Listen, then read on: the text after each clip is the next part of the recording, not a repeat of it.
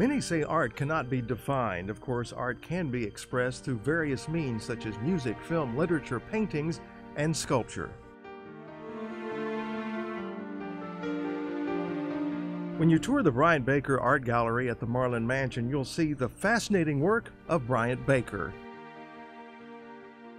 In his 20s, he was commissioned by Queen Alexandra to do Edward VII. And that statue is across from Westminster Abbey in a university there in London.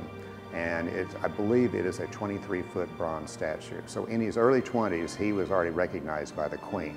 He later studied in France, but once he moved to America, he became, well, very, very American. You could see it in his work.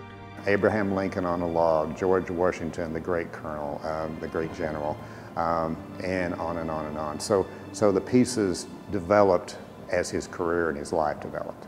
And when E.W. Marland announced a competition to create a monumental pioneer woman that would be located in the Cherokee Outlet in Oklahoma, Baker was the last of 12 artists to enter. Marland asked each of the 12 sculptors to name their piece of work. And it was to be virtuous, it was to be positive, and strike a feeling with the public. Bryant Baker hit on confident. And if you look at the statue, you can see her posture. It's just incredibly straight. Her back is straight, her chin is straight, her eyes are looking at the southwest horizon. And as the statue actually sits, the 17-foot bronze, she's looking forward to the southern plains. She's going forward. She's carrying her Bible.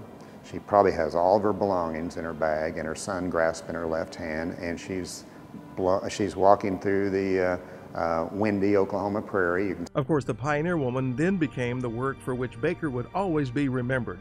But it's here on the Marland Estate you can see an incredible collection of Baker's other works. People can see the sculptures, which are beautiful work. There are there's almost 60 pieces in the studio, and they represent work that's done all around the world.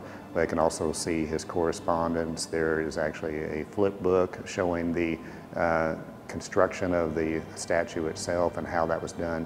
Again, an amazing engineering masterpiece for 1927, 1928. It would be difficult today, but unbelievable at the time.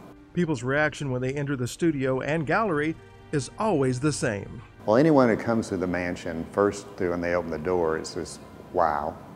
And because this is usually the last area of the tour, we get that wow again. We kind of leave this, it's sort of the jewel, sort of the crown jewel. And so we leave that for last on our guided tours, and nearly every time when someone turns the corner and walks into the larger gallery, it's wow, and you hear it. I mean, it's literally under their breath, but you can hear it right there. And then you just kind of think, okay, they got it, they got it.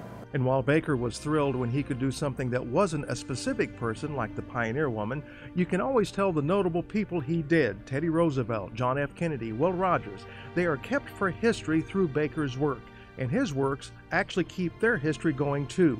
And maybe that's what art is supposed to do, and that's to help keep history alive.